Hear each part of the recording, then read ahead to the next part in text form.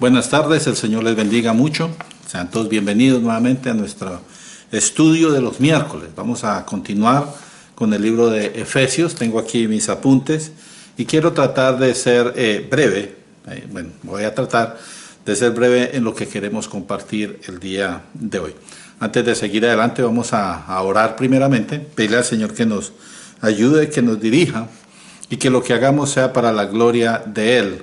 Que Él sea el que reciba la gloria y la honra, la adoración y la alabanza siempre. Si hay alguna petición que usted tiene en este momento, póngala delante del Señor, ore conmigo y dígale al Señor todas sus necesidades, todas sus peticiones. Él le va a escuchar y sabemos que el Señor responde de acuerdo a su voluntad. Oremos pues. Padre, en esta tarde venimos ante tu presencia para darte gracias por la bendición de conocerte, Señor, saber que eres Dios bueno y misericordioso, que eres un Dios vivo, Señor, que tú respondes al clamor de tu pueblo. Queremos primeramente pedirte, Señor, que tú nos perdones y nos limpies de toda maldad, todas aquellas cosas, Señor, que pueden ser estorbo para nuestra oración en este día. Te pedimos que tú nos perdones y nos limpies de la maldad. Permite, Señor, que este tiempo de estudio de tu palabra sea de edificación para todos y que podamos entender el concepto de lo que estamos leyendo, lo que estamos estudiando. Danos la habilidad, Señor, para ser claros y poder compartir, Señor, con denuedo este estudio. Bendice a todos aquellos que están escuchando y viendo este video y permítele, Señor, ser alimentados espiritualmente. Nos ponemos pues delante de ti, te damos gracias en el nombre de Jesucristo, nuestro Señor y nuestro Salvador. Amén. Muy bien, el consejo de Pablo hacia la iglesia de Éfeso, estamos estudiando, en la lección pasada fue que no desmayaran. Estuvimos hablando que era desmayar, eso es que a pesar de la persecución y las dificultades que aún los líderes están enfrentando, el cuerpo de Cristo, o sea la iglesia, tenía que perseverar, no darse por vencida. Era necesario que permitieran también el gobierno de Cristo en la vida de ellos, porque miramos que dice allí que Cristo habite en ellos, ¿verdad? Entonces nosotros explicamos que lo que está explicando el apóstol es que él quiere que la iglesia permita que sea Cristo quien gobierne la vida de cada uno en la congregación. La meta que se espera de la iglesia es que se arraigue, ¿verdad? Que se cimiente en la palabra de Dios, en el amor, como dice allí, que seamos cimentados y que seamos arraigados en el amor de Cristo, y que por eso, por estar arraigados y por estar cimentados en el amor, nosotros podamos entonces comprender las dimensiones del amor de Dios. Hoy vamos a hablar de eso. La semana pasada les dije, esta semana vamos a estar hablando de las 4 dimensiones del amor de Dios. Para eso vamos a leer el pasaje, ¿verdad?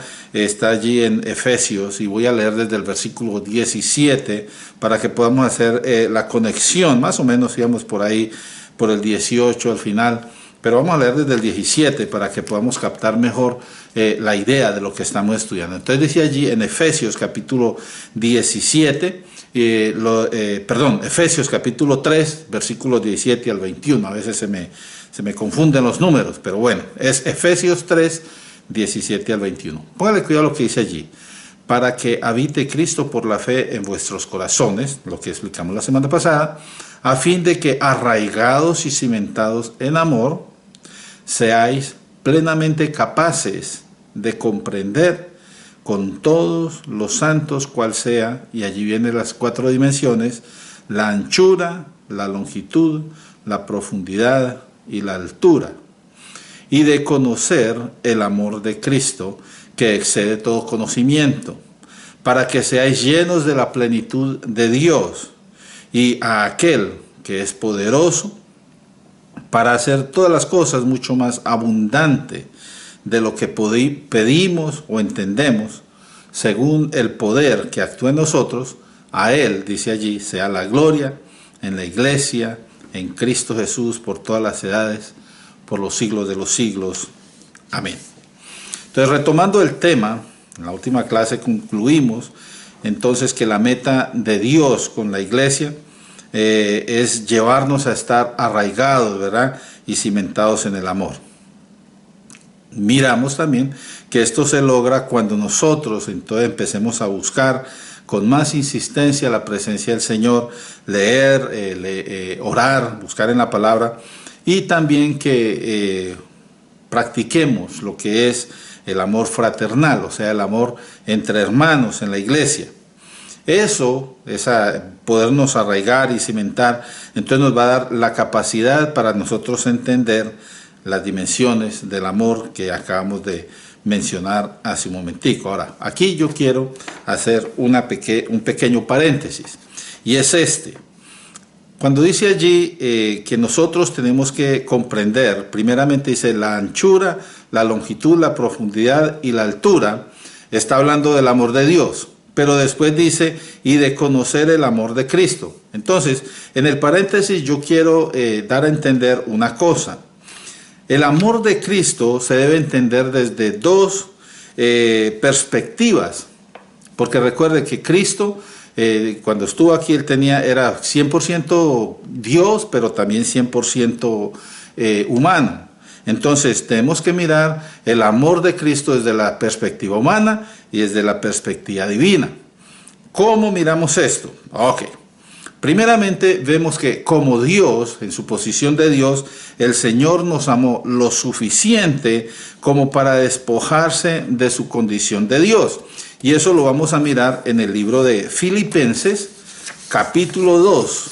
Filipenses 2, versículos 5 al 8. Allí explica perfectamente que Dios, el Señor, siendo Dios, Él no miró eso como aquí a aferrarse. Mire lo que dice allí. Filipenses 2, 5 al 8. Haya pues en vosotros el sentir que hubo también en Cristo Jesús. Y cuando dice hubo es antes de él ser hombre. Dice, el cual siendo en forma de Dios, o sea, él era Dios, no estimó ser igual a Dios. Dese cuenta que ella está diciendo que él es Dios igual que Dios, ¿verdad? Como cosa que aferrarse. O sea, a él no le causó ninguna clase de malestar el despojarse de esa posición de Dios para hacerse siervo y venir a salvarnos. Mire, allí lo dice bien, versículo 7, estamos en Filipenses capítulo 2, versículo 7, sino que se despojó a sí mismo, o sea, él se quitó su deidad él mismo y tomó la forma de siervo, hecho semejante a los hombres. Entonces ahí es donde entendemos nosotros que Dios se hizo hombre. Porque Cristo, cuando era Dios, Él tomó la decisión de despojarse para hacerse hombre y venir a habitar con nosotros para podernos enseñarnos el camino a la salvación. Y mire que eso no terminó allí, porque allí es el versículo 8, y estando en la condición de hombre, dice, se humilló a sí mismo, haciéndose obediente hasta la muerte y muerte de cruz.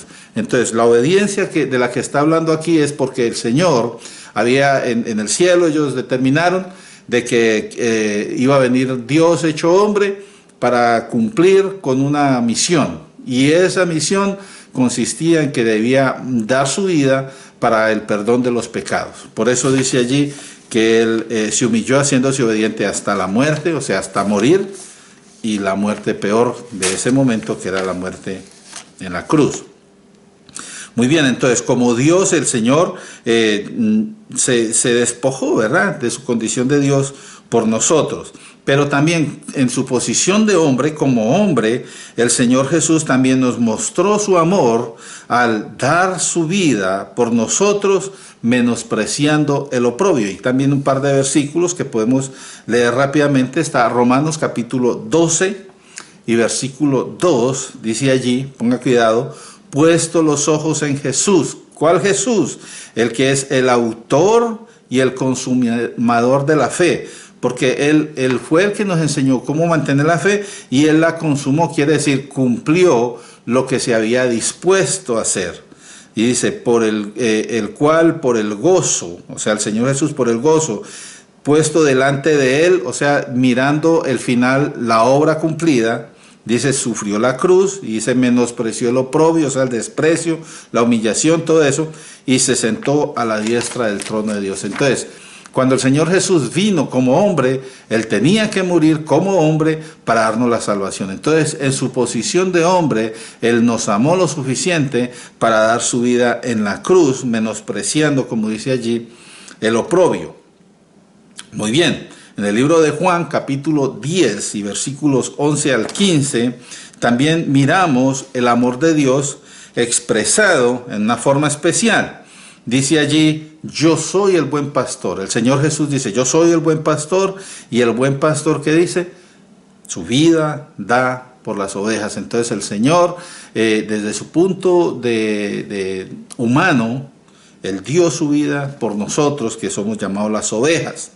Más el asalariado, dando una explicación de la diferencia entre los pastores, el que es dueño de las ovejas y el que no es dueño, dice que no es el pastor de quien no son propias las ovejas, ve venir al lobo y deja las ovejas y huye, y el lobo arrebata las ovejas y las dispersa. Y esto está bueno para otro estudio. Un día vamos a hacer un estudio acerca de esto, del buen pastor y el pastor asalariado. Muy bien, versículo 13, estamos en Juan 10, 13. Así que el asalariado huye porque es asalariado y no le importan las ovejas. Luego dice el versículo 14, yo soy el buen pastor y conozco mis ovejas y las mías me conocen. Así como el Padre me conoce, ahí está mostrando a Dios Padre, porque Él está desde su posición de hijo. Así como el Padre me conoce y yo conozco al Padre, y pongo otra vez, dice allí, mi vida por las ovejas. Entonces nos damos cuenta que el Señor Jesús nos amó de una manera especial. Tenemos que mirar el amor de Dios en las dimensiones, pero mirando también en forma especial el amor de Cristo. Muy bien, entonces ahorita sí vamos a hablar un poquito acerca de estas dimensiones del amor de Dios. Entonces voy a ir, no sé si lo puse en el orden que va, pero vamos a hablar primero de la anchura. La anchura, lo ancho que es. En este aspecto, o sea, en el aspecto de la anchura del amor de Dios, podemos decir que el amor de Dios es suficiente para alcanzar a todos los hombres. O sea, es tan ancho que todas las personas que decidan aceptar al Señor y la dádiva de amor de Él, Él les abre la puerta y les da esa oportunidad. Hay varios versículos que pudiéramos leer en el Antiguo Testamento. Por ejemplo, Isaías 65:1 dice, fui buscado por los que no preguntaban por mí, o sea, la gente que no era parte del pueblo. Fui hallado por los que no me buscaban. Okay, otra vez hablando de los gentiles. Dije a gente que no invocaba mi nombre, heme aquí, heme aquí. O sea, el Señor, dice allí, está respondiéndole a las personas que no pertenecían a su pueblo. También hay otro pasaje muy bueno que mucha gente conoce. Se conocen de memoria y todo eso, pero nunca lo leen completo. Entonces vamos a mirar Juan 3, 16 hasta el 18. Allí nos damos cuenta que el amor de Dios es tan grande que dio a su Hijo unigénito, ¿verdad? Dice, porque de tal manera amó Dios al mundo, que ha dado a su Hijo unigénito, su único Hijo, para que todo aquel, mire, que quien Él cree, no se pierda, mas tenga vida eterna. ¿Por qué? Dice el versículo 17, porque no envió Dios a su Hijo al mundo para condenar al mundo, sino para que el mundo sea salvo por Él. Una demostración de amor. El Señor está dándole la oportunidad a las personas que son enemigas, que están lejanas, a través de la obra de Cristo, de ser salvos, ¿verdad? Entonces dice, sean salvos por Él. Versículo 18. El que en Él cree, o sea, el que decida recibir esa dádiva, esa oferta del Señor, el sacrificio de Cristo, entonces el que en Él cree, dice allí, no es condenado. Pero ojo con lo que dice la segunda parte de este versículo, dice, pero el que no cree, ya en este momento ha sido condenado porque no ha creído en el nombre del unigénito Hijo de Dios. Y esa persona que no ha aceptado todavía a Cristo en su corazón está condenada. ¿Hasta cuándo? Hasta que tome la decisión de aceptar a Cristo Jesús en su corazón como Señor y Salvador. Si esta persona toma la decisión de no aceptarlo nunca, entonces esta persona siempre va a estar condenada, y allí en el libro de Apocalipsis dicen que van a sufrir la segunda muerte, donde lo que quiere decir es separación eterna de la presencia de Dios. Y eso lo dejamos también para otro estudio. Pero por ahorita, entonces vemos que el amor de Dios es tan ancho que Él da su dádiva de amor para todas las personas, para todo el mundo. Y hay un versículo que me gusta mucho a mí. Está en 1 Timoteo capítulo 2, versículos 1 al 6. Y en ese pasaje la iglesia tiene la obligación de intervenir. Mire lo que dice allí, 1 de Timoteo capítulo 2, versículos del 1 al 6. Dice, exhorto ante todo, dice el autor, que se hagan rogativas, oraciones, peticiones y acciones de gracias, y dice allí, por todos los hombres, por los reyes y por todos los que están en eminencia, para que vivamos quieta y reposadamente en toda piedad y honestidad. ¿Por qué? Dice, porque esto es bueno y agradable delante de Dios nuestro Salvador. O sea, Dios quiere que la iglesia esté orando por todas las personas, los que están en el poder, los que están en eminencia, por todas las personas que necesite oración, nosotros tenemos que orar. Luego dice allí el versículo 4, el cual, o sea, Dios quiere que todos los hombres sean salvos primero, pero también que vengan al conocimiento de la verdad, o sea, a entender que Dios envió a su Hijo. Todo esto que estamos enseñando acerca del Evangelio es la verdad de Dios. ¿Ok? Muy bien. Porque hay un solo Dios y un solo mediador entre Dios y los hombres. Y entonces allí dice, es Jesucristo, hombre. Yo estoy tratando de ajustar un poquito el enfoque. Parece ser que hay alguna clase de problema. Muy bien. Entonces, un solo Dios y un solo mediador entre Dios y los hombres, Jesucristo, hombre, el cual se dio a sí mismo en rescate por todos, de lo cual a su tiempo se dio testimonio, a su debido tiempo. Entonces vemos allí que la anchura del amor de Dios es suficiente para alcanzar a todas las personas que quieran aceptar este regalo maravilloso de la salvación. Ahora, la longitud. Longitud quiere decir de largo, de distancia, ¿verdad? De cuánto hay de aquí, por ejemplo, a Chicago, es la longitud, ¿verdad? La distancia. Longitud. El amor de Dios nunca deja de ser. O sea que la Biblia dice que Dios es amor. Lo que quiere decir que el amor de Dios es desde la eternidad y hasta la eternidad. Dios nunca deja de amar. Es eterno su amor, es eterno para con los que lo buscan, para quienes lo aman. Pero también el Señor está mostrando amor por aquellos que no han venido a sus pies en los pasajes que hemos leído anteriormente, donde se les da la oportunidad de que ellos puedan venir y aceptar el regalo de salvación de parte de nuestro Señor. En el libro de Jeremías, capítulo 31 y versículo 3, dice, Jehová se manifestó a mí hace ya mucho tiempo diciendo, con amor eterno. ¿Se da cuenta? Si amor que no se acaba, te he amado. Por tanto, te prolongué mi misericordia. Entonces, sepa una cosa.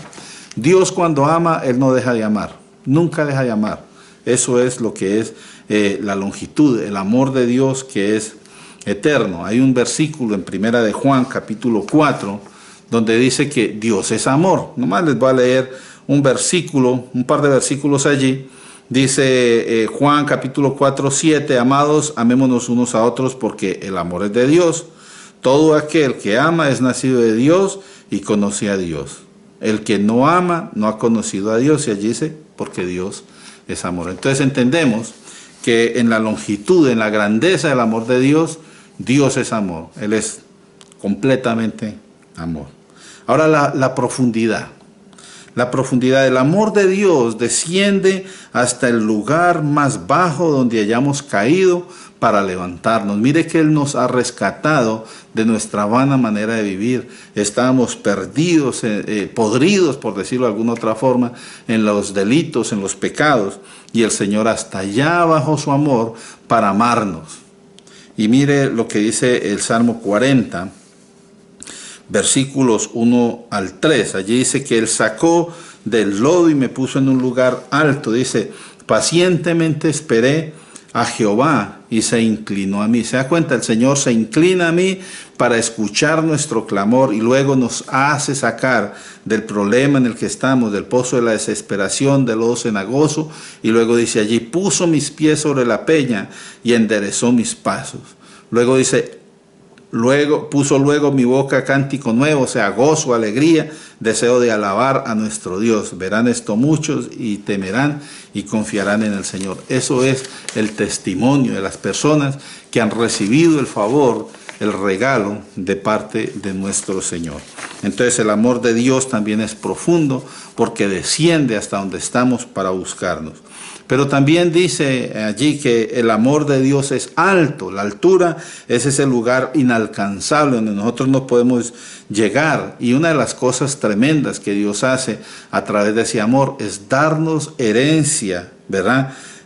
Como hijos. Entre los santificados, dice allí, nos lleva a vivir en gozo y en confianza, la cual siempre vamos a estar disfrutando a su lado. Y hay un par de versículos que nosotros podemos leer en esa porción, y es Romanos capítulo 8, versículo 16. Voy a leer esta porcioncita, dice Romanos 8, 16 y 17. El Espíritu mismo da testimonio a nuestro espíritu, primero, de que somos hijos de Dios. Entonces allí nos damos cuenta de que Dios mismo nos habla a nosotros diciéndonos, no se preocupe, usted es mi hijo.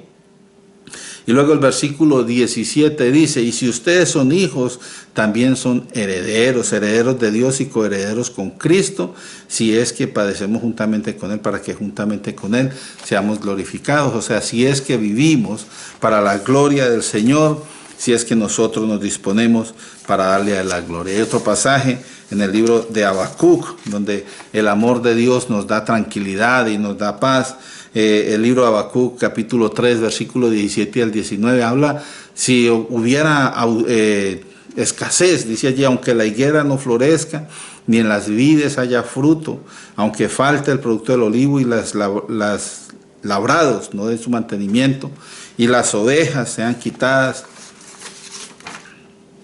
de la majada y no haya vacas en los corrales, dice allí, con todo yo me alegraré en Jehová y me gozaré en el Dios de mi salvación. Y mire lo que dice al final, Jehová el Señor es mi fortaleza, el cual hace mis pies como de ciervas y en mis alturas me hace andar. Entonces por lo alto el Señor nos levanta a un lugar muy especial. Entonces esas son las 4 dimensiones del amor de Dios. Ahora, tener este conocimiento, entender esto del amor de Dios, nos abre otra fuente de bendición. Y lo que dice allí en el pasaje es que para que nosotros seamos llenos de la plenitud de Dios. Es lo que dice allí en el versículo 19, y conocer el amor de Cristo que excede todo conocimiento, para que seáis llenos de toda la plenitud de Dios. Ahora, ¿qué es eso de la plenitud de Dios? ¿Qué significa eso? La palabra plenitud es del griego pleroma, así se dice en griego, pleroma. Y eso, aunque generalmente se traduce como plenitud, también quiere decir cumplimiento, quiere decir abundancia y plena restauración. Son 3 definiciones que caben dentro de esta misma palabra griega. ¿Okay? Esta palabra es derivada de otro verbo griego que es plero. Esa palabra plero en el griego quiere decir llenar, porque acuérdese, plenitud es estar lleno, ¿verdad? Llenar. Entonces plenitud significa todo aquello que es o ha sido llenado, o también aquello que llena a algo o con que se llena algo. De la manera que las personas allí en el monte, ¿verdad? El Señor, cuando hizo la multiplicación de los panes y los peces, dice que comieron todos hasta que se saciaron, o sea que están plenos, ya no les cabía nada más de comer. Usted lo puede leer eso en Mateo 14, versículo 20. Entonces por eso esa palabra se traduce como plenitud, pero también es cumplimiento. Ahora, según el libro de Colosenses capítulo 1, dice que en Cristo habita, y esta palabra, acuérdese, habitar quiere decir que está permanentemente. Es como cuando usted está en su casa, usted allí vive, permanentemente está allí. Entonces, en Cristo habita la plenitud de Dios, y es por eso que Él tiene la capacidad de bendecirnos en todas las áreas de nuestra vida, como lo hemos estudiado hasta ahora. Entonces, en este versículo que leímos de Efesios, dice que nosotros seamos llenos de toda la plenitud. Y en Colosenses, que leímos, Colosenses capítulo 1, dice que en el Señor está toda la plenitud. Yo voy a leer esa porción para que lo entendamos bien. Colosenses, capítulo, Colosenses 1, 15 al 23. Él es la imagen del Dios invisible. ¿Quién? Cristo. Él es el primogénito de toda la creación, porque en Él, y cuando dice el primogénito de toda la creación, no está diciendo que Él haya sido creado, sino que Él es el dueño de todo, porque es el primogénito. Acuérdese que el primogénito tiene derecho a la herencia. Entonces, cuando Él es el primogénito, entonces Él es el dueño de todas las cosas, básicamente. Por eso lo que dice aquí. Porque en Él, en Cristo, fueron creadas todas las cosas, las que hay en los cielos, las que hay en la tierra, visibles e invisibles, tronos, sean dominios, sean principales, sean potestades, todo fue creado, mire lo que dice allí, por medio de Él y para Él. Por eso Él es el primogénito, porque Él es el dueño de todo. Versículo 17, y Él, Cristo, es antes de todas las cosas, ¿se da cuenta? Él es eterno, y todas las cosas en Él subsisten, o sea, Él es el sustentador de las cosas. Versículo 18, Él es la cabeza del cuerpo que es la iglesia, o sea, Él es el Señor de la iglesia.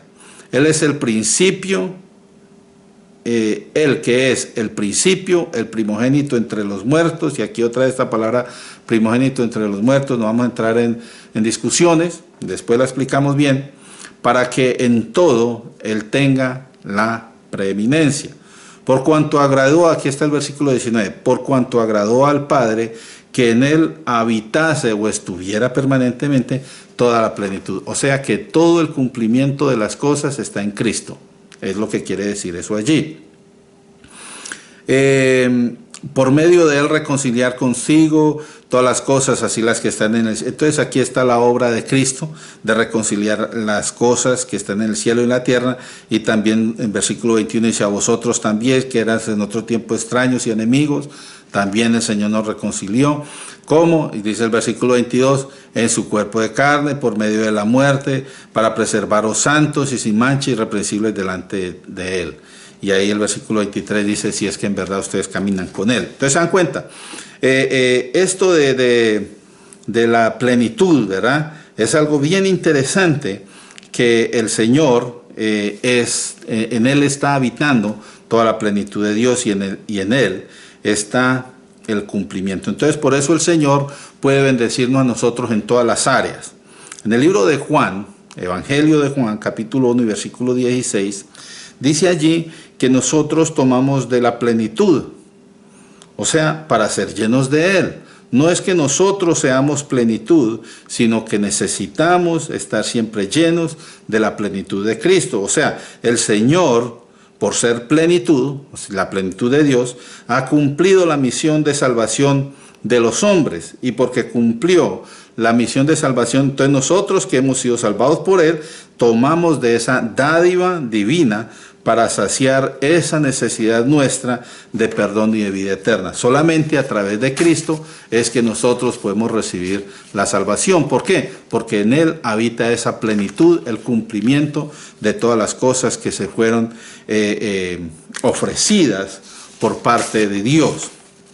Pablo al final de este capítulo 3 de Efesios termina la oración destacando que Dios primeramente es todopoderoso, y es todopoderoso al punto de que nosotros ni siquiera alcanzamos a entender cuál es el poder del Señor.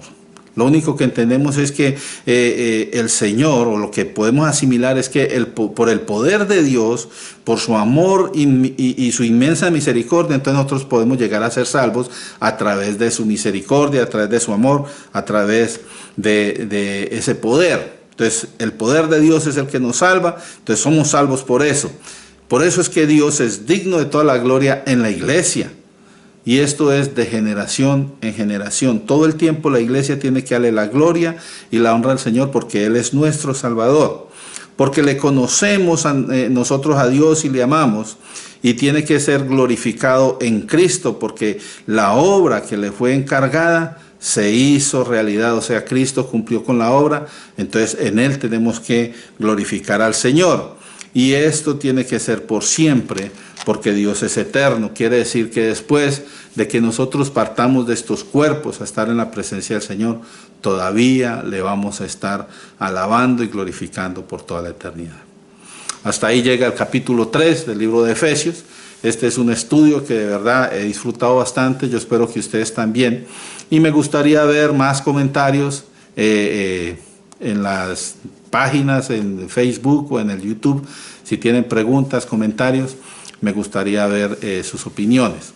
De todas maneras, dejamos hasta acá, le damos gloria al Señor y vamos a orar dándole gracias por haber podido terminar ya este capítulo 3. La próxima vez empezamos en el capítulo 4. Vamos a orar. Padre, en esta tarde te alabamos, Señor, te glorificamos, te damos gracias. Gracias por ese amor infinito, Señor, por esas 4 dimensiones, esas 4 formas de amor que podemos mirar, Señor, y porque Cristo nos ama de una forma especial, desde un punto de vista divino, pero también desde el punto de vista humano, Señor, porque Él se hizo humano para venir y salvarnos, Señor. Te damos gracias por tu presencia en nuestras vidas, por tu presencia en la iglesia. Permite que este mensaje sea de bendición para todos aquellos que lo escuchan, Señor, que nos hable a la mente y al corazón y nos guíen para hacer siempre tu voluntad. Te damos gracias.